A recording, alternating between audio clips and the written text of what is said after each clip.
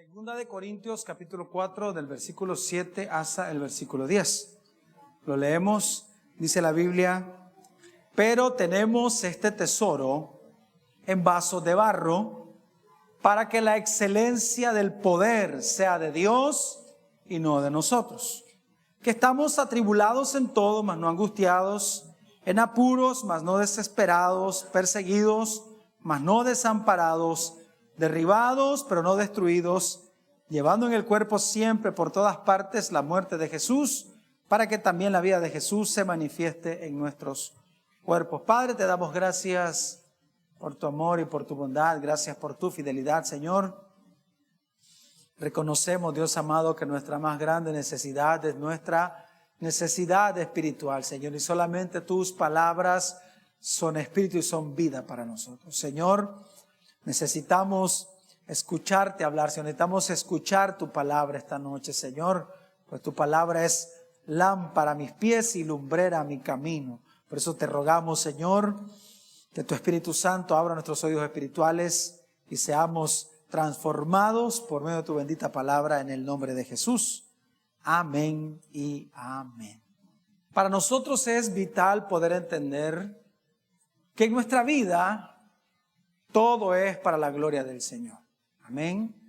No tenemos ningún tipo de mérito en nuestra vida. Eso es algo que es necesario que nosotros podamos creer con todo el corazón.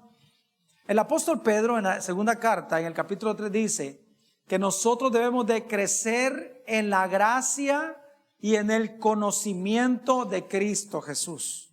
¿En qué debemos de crecer? En la gracia y en el conocimiento de Cristo Jesús. O sea que para yo poder conocer al Señor, necesito conocer su gracia, porque el Señor se revela por medio de su bendita gracia. Por eso nuestra oración debe ser: Señor, yo quiero conocer tu gracia. Necesito conocer tu gracia, porque quiero conocerte como tú realmente eres, como tú realmente te revelas a través de las Escrituras. Necesitamos nosotros poder conocer al Señor. El apóstol Pablo, cuando habla acerca de los judíos, dice que los judíos son celosos de Dios, pero que no tienen ciencia. Porque si hay algo que nosotros vemos en los judíos, era su falta del conocimiento de la gracia de Dios. Por eso es que nosotros, para poder conocer al Señor, necesitamos decir: Señor, yo necesito crecer en tu gracia. Entonces, normalmente nosotros definimos la gracia, y obviamente en un sentido teológico es saber que o recibir de Dios lo que nosotros no merecemos. Y la pregunta es: ¿qué merecemos nosotros? Absolutamente nada. O sea que todo lo que recibimos lo recibimos, ¿por qué? Por medio de la gracia. Pero en su traducción literal, la palabra gracia significa la influencia divina sobre el corazón y su reflejo en la vida del hombre. Eso es, fíjense qué tremendo, la influencia divina sobre el corazón del hombre y su influencia en la vida. O sea que cuando recibimos la gracia de Dios, debemos ser transformados radicalmente por la gracia del Señor. Yo no puedo decir que he recibido la gracia, que conozco la gracia, pero no vivir a la manera que el Señor quiere que nosotros vivamos. Porque mucha gente dice: bueno, yo soy salvo por gracia, pero vive como le da la gana. Entonces significa que la gracia de Dios no ha tenido ninguna influencia sobre su vida. Entonces entendemos que la gracia de Dios no ha alcanzado la vida de esa persona. Por eso, tristemente, la gran mayoría de las personas están equivocadas en la percepción que tienen del Evangelio. Es más, hasta muchos cristianos tienen una percepción totalmente equivocada acerca del Evangelio. Cuando usted le habla a una persona que no conoce del Señor o que no conoce al Señor acerca del Evangelio, pareciera que lo que ellos piensan es que uno quiere depositar sobre ellos una carga imposible de llevar, cuando la verdad es todo lo contrario. Cuando la verdad es que la carga del pecado en el ser humano es lo que lo tiene cansado, frustrado, destruido, destrozado. Por eso que el Señor dijo: ven a mí todos los que están trabajados y cargados. ¿Y qué dijo el Señor? Y yo los voy a cargar más. No dijo eso, ¿qué dijo? Y yo, ¿qué dice? Los voy a hacer descansar.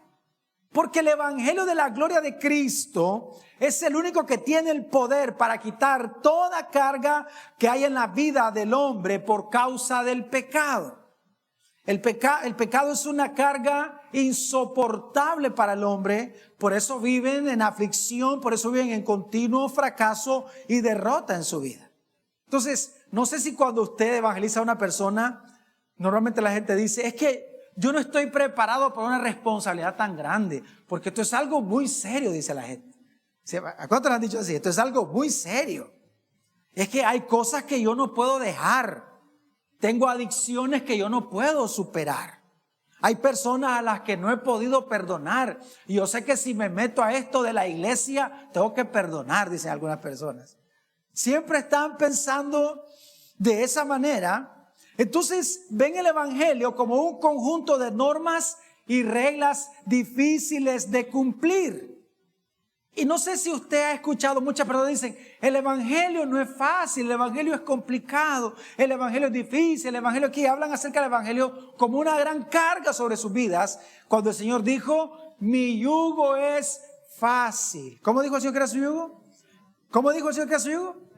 ¿Y qué más habló de eso? Y dijo, y ligera mi carga. Y ligera mi carga. El problema es que nosotros cargamos un montón de cosas que el Señor no ha puesto sobre nuestra vida. Son nuestras propias cargas. Son nuestras propias cargas.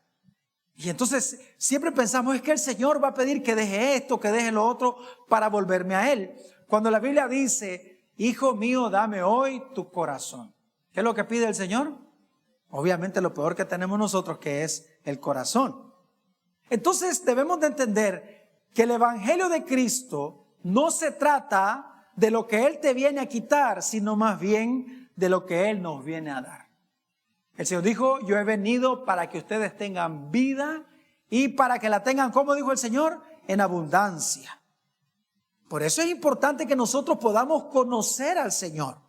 Estamos hablando de lo glorioso que es la vida de Cristo dentro de nosotros. Dice la palabra del Señor que cuando Cristo viene a nuestra vida, Él nos viene a liberar. Él nos hace libres.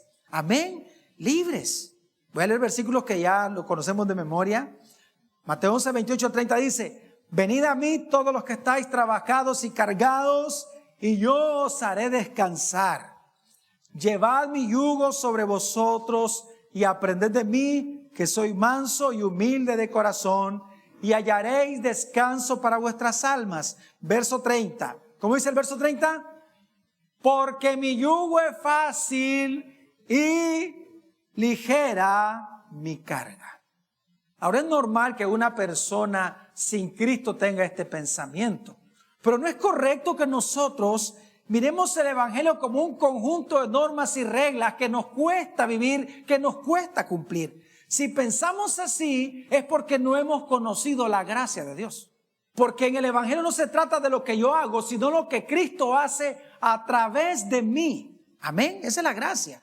Lo que Cristo hace a través de mí, no lo que yo hago, sino lo que Él hace. Por eso, cuando el Señor viene a nuestra vida, Él viene para darnos una nueva naturaleza. Recuerde que el Señor no vino para cambiarme, para hacerme una mejor persona. El Señor vino a nuestra vida para darme una nueva naturaleza, o sea, una nueva manera de pensar, una manera diferente de ver las cosas. Es más, qué glorioso que la Biblia dice que ahora usted y yo tenemos la mente de Cristo. ¿Cuánto tiene a Cristo en su corazón? El que tiene a Cristo en su vida, entonces tiene la mente de Cristo. Tiene que tener un pensamiento totalmente diferente y ese pensamiento es transformado por medio de la meditación constante de la palabra del Señor. Entre más nosotros meditamos en la palabra del Señor, nos damos cuenta que nosotros no podemos hacer nada, que todo lo hace el Señor. Amén. No es lo que nosotros podemos hacer, sino lo que Cristo hace en nosotros. Por eso es que la Biblia dice, de modo que si alguno está en Cristo, nueva criatura es, las cosas viejas pasaron, he aquí, todas son hechas nuevas. Ahora tenemos a Cristo en nuestra vida. Tenemos, como leímos en 2 Corintios, tenemos este tesoro en vasos de barro para que la excelencia del poder sea de Él y no de nosotros. ¿De quién es el poder?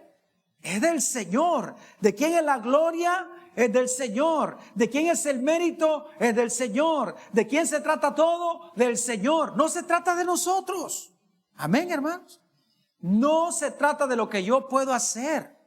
No podemos vivir nuestra vida por medio de obras. Amén, hermanos. Ya hemos hablado muchas veces acerca de eso. El nuevo nacimiento es algo maravilloso, es algo que no podemos entender, pero es algo que trae a nuestra vida un impacto glorioso. Ahora que hemos nacido de nuevo, aquellas cosas que eran imposibles de dejar de hacer, hoy son tan sencillas. Cuando por medio de la gracia nos damos cuenta del perdón que hemos recibido de parte de Dios, entonces para nosotros es sencillo perdonar porque hemos entendido que somos deudores. Aquella persona, aquel cristiano que no perdona es porque no conoce la gracia que ha recibido.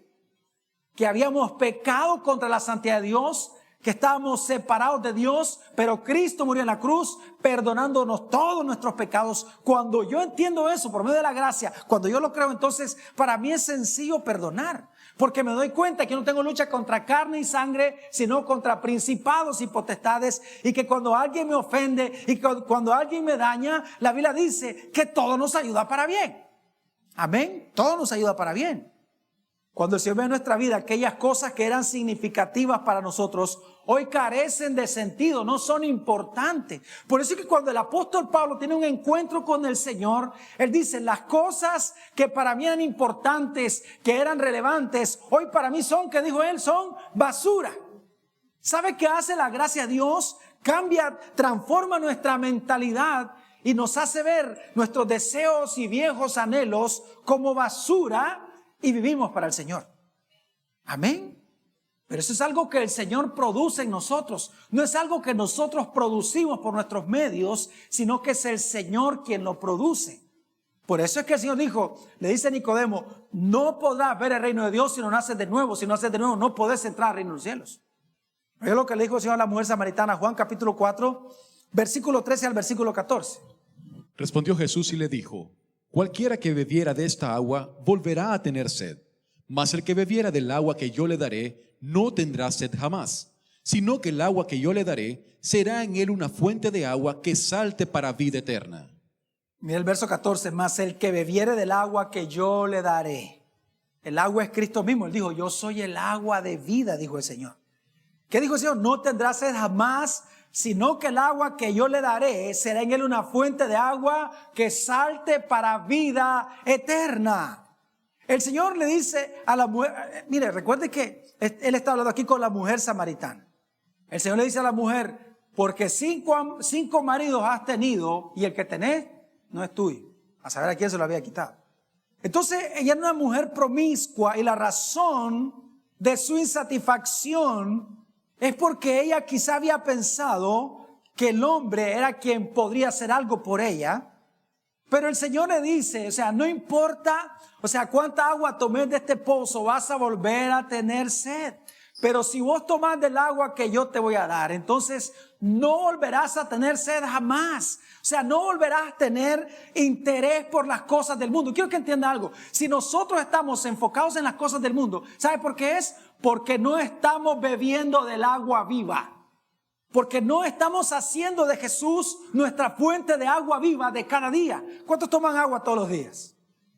Pues también nosotros debemos de tomar agua espiritual, debemos de llenarnos de la palabra cada día, llenarnos del Espíritu Santo cada día, porque el Señor dice, si ustedes toman de esta agua, dice, será en ustedes una fuente de agua que salte para vida eterna. Por eso una persona que no tiene a Cristo en su corazón, o que no se alimenta de Cristo, o que no toma de Cristo cada día, será una persona insatisfecha. Porque es triste ver cristianos que se supone que tienen a Cristo en su corazón, pero viven insatisfechos. Y son como los judíos, dice la Biblia, que estaban en el desierto y en su corazón se volvieron a Egipto, dice la Biblia. O sea, su cuerpo estaba en el desierto, ellos pensaban que iban camino a la tierra prometida. Sin embargo, en su corazón se regresaron a Egipto. ¿Y por qué? Porque no conocieron al Señor, porque no conocían la gracia de Dios. Entonces hay muchos cristianos viviendo su vida insatisfechos. Viven llenos de frustraciones. Hermanos, ¿Cómo una persona que tiene a Cristo en su corazón puede vivir insatisfecho? ¿Cómo alguien que puede disfrutar del Señor, que puede alimentarse cada día de ese banquete que el Señor tiene preparado para sus hijos, como dice Salmo 23, adereza mesa delante de mí en presencia de mis angustiadores? ¿Cómo nosotros vamos a vivir, hermanos, anhelando las cosas de este mundo? ¿Cómo? La razón por la cual los cristianos vivimos así es porque no estamos haciendo de Jesús nuestra fuente de vida. Por eso habrá insatisfacción en nosotros. Pregunta, ¿es usted un cristiano que vive satisfecho, que vive contento, gozoso, alegre, que todas las cosas que usted pensaba que eran importantes, dice, qué loco, y que viva pensando en esas cosas? Y ahora su pensamiento es diferente. ¿Sabe qué es? ¿Quién hace eso? Eso lo hace el Señor por medio de la gracia. Por medio de la gracia. Ahora, es comprensible para una persona sin Cristo que viva lleno de insatisfacciones. Es normal. Porque recuerde que las personas sin Cristo son como una persona que está ciega. Usted lo puede llevar a los lugares más hermosos de la tierra, lo puede llevar a ver una puesta de sol, le puede a los mejores museos, y eso no tendría ningún sentido para él. Porque lo que él necesita es recibir el milagro de la vista. Usted se imagina, yo me puedo pensar a veces en aquel hombre que estaba ciego de nacimiento y el Señor escupe en la tierra y hace lodo con su saliva y le unta en los ojos, le puso saliva santa. Qué glorioso es. Y el Señor le dice, ve a lavarte, y se va a lavarte al estanque si lo ve, y cuando se lava dice que pudo ver. Ha sido algo glorioso para esa persona. Pues de esa misma forma en nuestra vida estábamos ciegos a todo aquello que tiene que ver con el Señor, y ahora hemos recibido vida nueva, hemos recibido vista. Por eso nosotros necesitamos, hermanos, vivir satisfechos. Necesitamos hacer de Jesús la fuente de nuestra vida. Entender, hermanos, que estábamos muertos. ¿Cómo estábamos? Muertos, separados de Dios. ¿Usted se imagina lo que pasó con Lázaro, que tenía 4 días de muerto y el Señor lo resucita? ¿Cómo Lázaro podría seguir siendo la misma persona? Es imposible. Ya lo hemos visto. O sea, cuando muchas personas tienen experiencias cercanas a la muerte, es cuando comienzan a vivir de una forma diferente, piensan diferente. Por eso que dice Colosenses 2, 13 y 14, y a vosotros, estando muertos en pecados, en la incircuncisión de vuestra carne, dio vida juntamente con él, perdonando todos los pecados, anulando el acta, los decretos que había contra nosotros, que nos era contraria, quitándola de en medio y clavándola en la cruz. Había una sentencia de muerte para nosotros. Cristo murió en nuestro lugar. ¿Cómo es posible que sigamos con los mismos pensamientos? Necesitamos crecer en la gracia y en el conocimiento de Cristo Jesús. Necesitamos depender de su gracia cada día. El Señor tomó nuestro lugar y murió en la cruz por nosotros. En otras palabras, Cristo nos sustituyó en nuestra muerte. La Biblia dice que fuimos sepultados juntamente con Cristo y fuimos resucitados juntamente con Él. Entonces, debemos de entender que si Cristo nos sustituyó en la muerte, también Él debe de sustituirnos en la vida. Y ahí es donde la mayoría de los cristianos nos desviamos. Porque sí sabemos, sí, el Señor murió por mí en la cruz, fui sepultado, yo morí juntamente con Él. El Señor fue mi sustituto en la cruz, en la muerte, pero también el Señor debe de sustituirme en la vida. Y ese es el problema, que no estamos viendo nuestra vida por medio de Cristo. No estamos viendo nuestra vida por medio de Cristo. Por eso Romanos 8:31 dice, ¿qué pues diremos a esto? Si Dios es por nosotros, ¿quién contra nosotros? Entonces, cuando el Señor toma su lugar en nuestra vida, ¿quién puede hacer algo contra nosotros? ¿Cómo es posible? ¿Usted se imagina que el Señor, viendo nuestra vida, va a estar pensando en las cosas de este mundo? Tenemos una nueva naturaleza que es Cristo en nosotros. Si pensamos en las cosas del mundo, no es Cristo, somos nosotros, porque el Señor no piensa en las cosas de esta vida. Amén. Entonces, la vida del cristiano es una vida de sustitución. No se trata de lo que yo pueda hacer, sino de lo que Cristo ya hizo. Yo necesito creer eso para poder vivir cada día por medio de Cristo mi vida. ¿Qué hicimos usted y yo para ser salvos? Creer. Pero la fe para creer es algo que Dios mismo puso en nosotros. Fue un regalo de Dios. Por eso este evangelio maravilloso no se puede vivir por medio de méritos humanos. Este evangelio solo se puede vivir confiando nuestra vida a Cristo Jesús. No podemos encontrar plenitud en el evangelio hasta que confiemos en el Señor plenamente. Plenamente. Escuche bien esto, hermanos. Si no eliminamos el yo de nuestra vida cada día, entonces el yo se convierte en la carga más pesada que alguien puede cargar en esta vida. Por eso es que para poder ser discípulo del Señor, o sea, alguien que siga al Señor por donde Él va, es necesario que el yo sea sacrificado, crucificado cada día. Porque si no, nos vamos a dar cuenta que en algún momento de nuestra vida vamos a comenzar a vivir el evangelio de la gloria de Cristo en nuestras propias fuerzas y por nuestros propios méritos. Por eso el apóstol Pablo dijo en Gálatas, escribió a Gálatas capítulo 2 versículo 20, dice: con Cristo estoy juntamente crucificado. ¿Y cómo dice después? Y ya no vivo yo, mas vive Cristo en mí. Qué tremendo. Y termina diciendo: y lo que ahora vivo en la carne, lo vivo en la fe del Hijo de Dios, el cual me amó y se entregó a sí mismo por mí. O sea, que ahora, aunque estamos en la carne, no caminamos por medio de la carne, sino que vivimos nuestra vida por medio de Cristo, porque estamos crucificados juntamente con Él. Nuestro yo está crucificado. Pero el problema es que es bien complicado para nosotros crucificar el yo, por el desconocimiento de la gracia de Dios. Si es que el Señor dijo: separados de mí, ya lo sabemos, nada podéis hacer. Sin embargo, ¿cuántas cosas las hacemos en nuestras propias fuerzas? Este evangelio no se puede vivir por medio de métodos humanos, sino por medio de la gracia. Debemos de depender de la gracia del Señor todos los días de nuestra vida. Amén, hermanos. Y cuando uno se vuelve viejo en el evangelio, se vuelve independiente.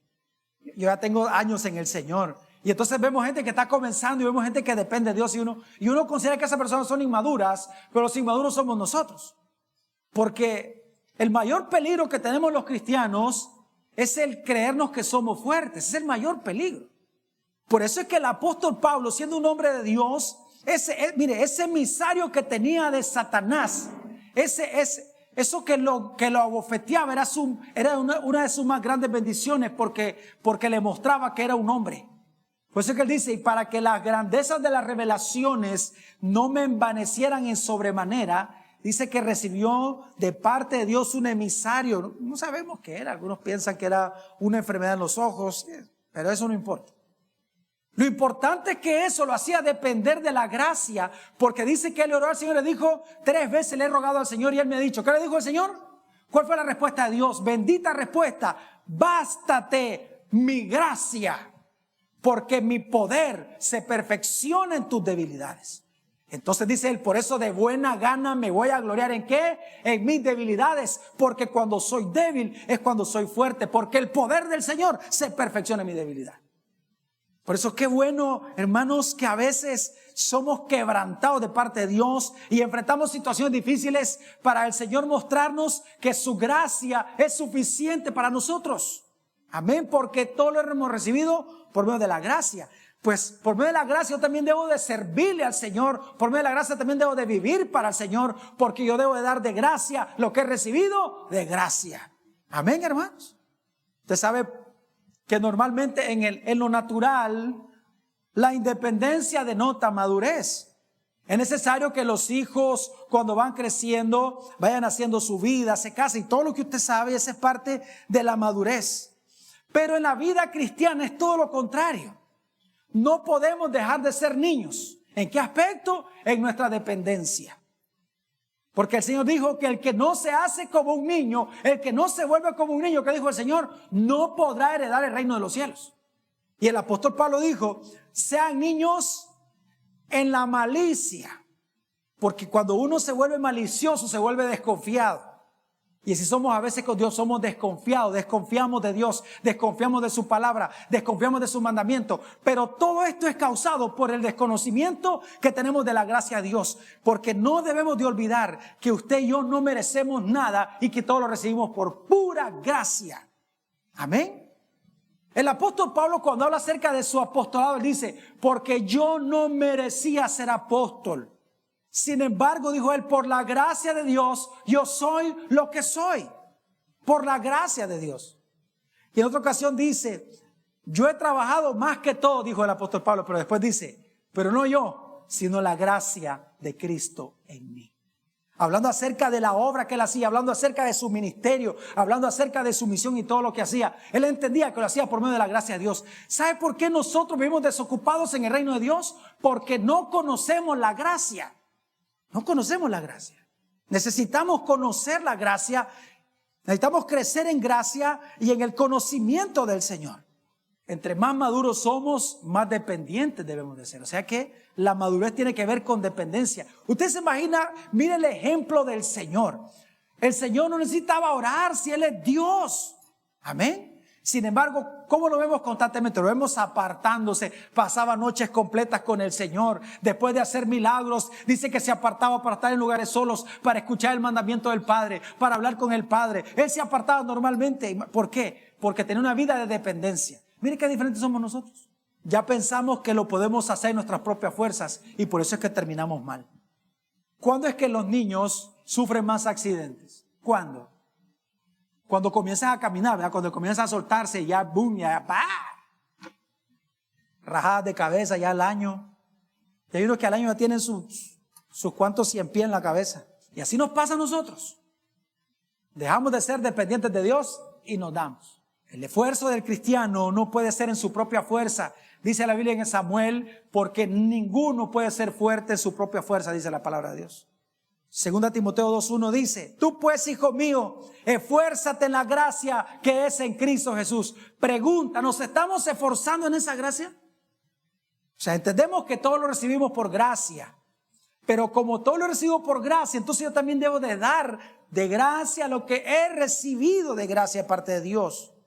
Estamos esforzándonos en la gracia, hermanos, estamos sirviendo, estamos trabajando para el Señor, estamos siendo útiles al reino de Dios, porque eso se trata la gracia. ¿Sabe qué hace la gracia? De esclavos nos convierte en personas útiles para su reino. Ahora que tenemos la gracia de Dios, podemos venir a Él para que Él nos diga lo que tenemos que hacer. Y la palabra dice que tenemos una misión que cumplir. La palabra del Señor dice lo que la iglesia de Cristo debe de hacer. Y si no lo estamos haciendo es porque no estamos entendiendo que es un privilegio poder servirle al Señor. Es un privilegio hacer lo que el Señor dice que debemos de hacer. Amén. Si creciéramos en la gracia, hermanos, de seguro que podríamos ver la gloria de Dios en nuestra vida, pero no estamos creciendo en la gracia. ¿Se acuerda usted de Gedeón? Cómo la gracia de Dios tomó a este hombre, porque no era un hombre especial, era igual que nosotros, un incrédulo igual que usted y que yo. Lo que muestra Gedeón era una incredulidad tremenda, que el Señor le habla y le dice, Señor, si es verdad, entonces voy a dejar una esponja afuera y si llueve, que la esponja esté seca y llovió y estaba seco. Señor, vamos la segunda vez, no vaya a ser que haya sido coincidencia. Y todavía después tenía miedo cuando el Señor se quedó con solamente 300 soldados. Dijo el Señor, su ejército es muy grande, ustedes van a pensar que es mérito de ustedes. El conocimiento de la gracia de Dios nos lleva a entender que no tenemos ningún mérito en nuestra vida. Y que, mis hermanos, la gracia no es solamente para salvación, sino para una plenitud de vida mientras estamos en la tierra. Amén. Por eso dice Hebreos capítulo 4, versículo 16, acerquémonos pues confiadamente al trono de la gracia para alcanzar misericordia y dar gracia para el oportuno socorro.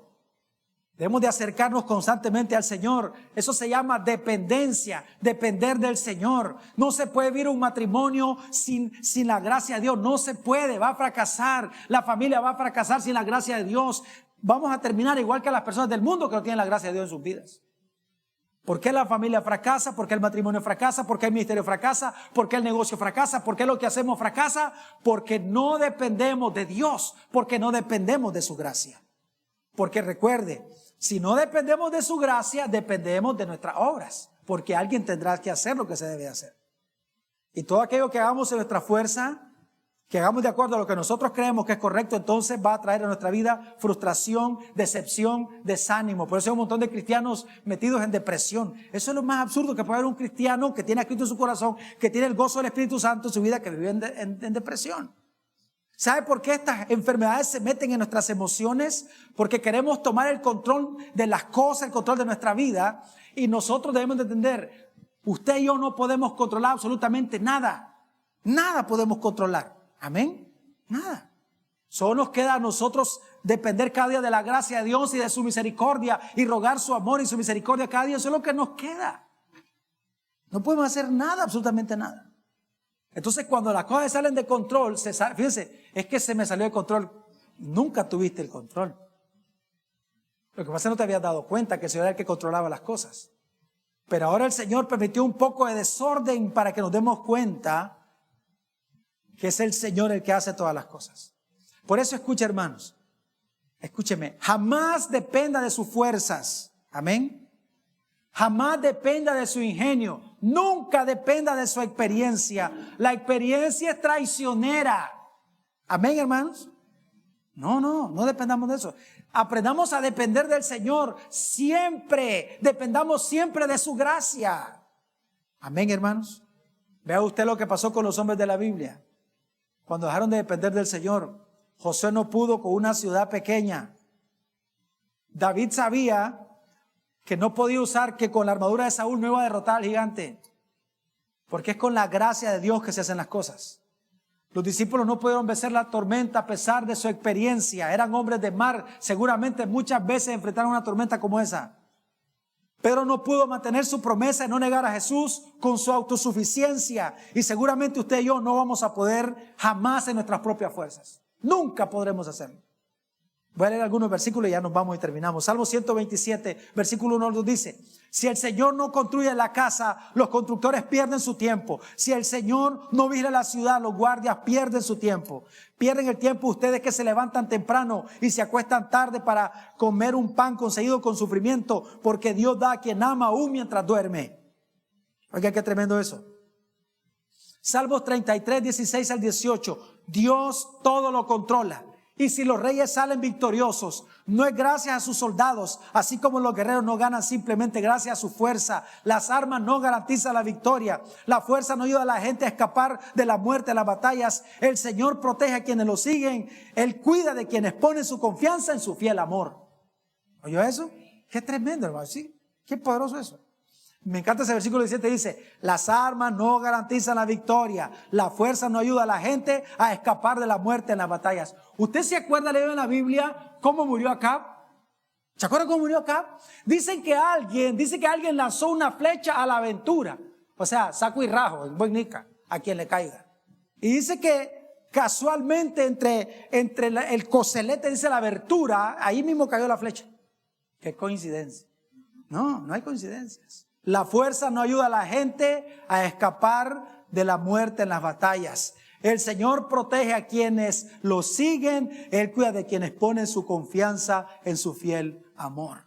Salmos 37, 4 y 5. Deleítate a sí mismo en Jehová y Él te concederá las peticiones de tu corazón. Encomienda a Jehová tu camino y confía en Él y Él hará. ¿Quién hará?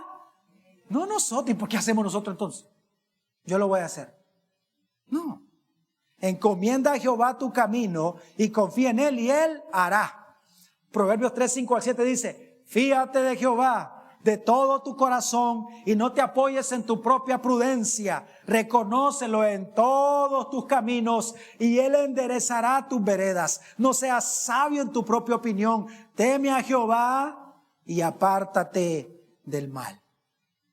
Dice la versión popular: confía en el Señor totalmente, no en tu propia sabiduría. Ten en cuenta a Dios en todo lo que hagas y Él te ayudará a vivir rectamente. No te creas más sabio que los demás. Respeta al Señor y aléjate del mal.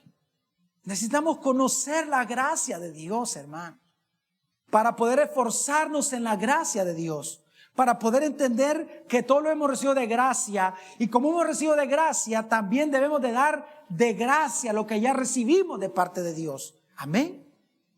Debemos descansar en el Señor, descansar en quién es Él dentro de nosotros. Él es soberano y todo lo que pasa es conforme a su bendita voluntad. Él es omnisciente y Él sabe lo que es mejor para nosotros. Podemos descansar en esa verdad maravillosa. Él es poderoso, Él es bueno, Él es misericordioso, Él es santo. Él tiene total y absoluto control de lo que pasa en nuestra vida. Rindamos nuestra vida al Señor y dejemos ya de hacer las cosas en nuestras fuerzas. Sin Él no podemos hacer absolutamente nada, hermanos. No podemos hacer nada. Usted no puede perseverar en la fe por sus propios medios. Usted no puede hacer nada por sus propios medios. Necesitamos aprender a depender del Señor. Necesitamos depender del Señor. Necesitamos volvernos al Señor y rendirnos. Señor, yo quiero conocerte. Quiero crecer en la gracia y en el conocimiento de Cristo Jesús, porque yo quiero tener una vida plena. Yo no quiero vivir frustrado, porque tantos cristianos frustrados, amargados, deseando las cosas del mundo, ocupados más en las cosas del mundo. ¿Sabe por qué es? Porque todavía nuestro corazón está en las cosas del mundo. Y el Señor claramente dijo, no améis al mundo, ni las cosas que están en el mundo. ¿Para qué estamos aquí en el mundo? No para amar al mundo, sino para ser la luz del mundo. Dependamos cada día de la gracia del Señor. Y hermanos, tendremos una vida victoriosa en todas las áreas de nuestra vida. Amén. Porque el Señor guarda, el Señor protege ¿a quién? A todos los que confían en Él, a todos los que se rinden en Él y a todos los que esperan en Él. Vamos a orar. Padre, te damos gracias porque tú eres bueno, Señor.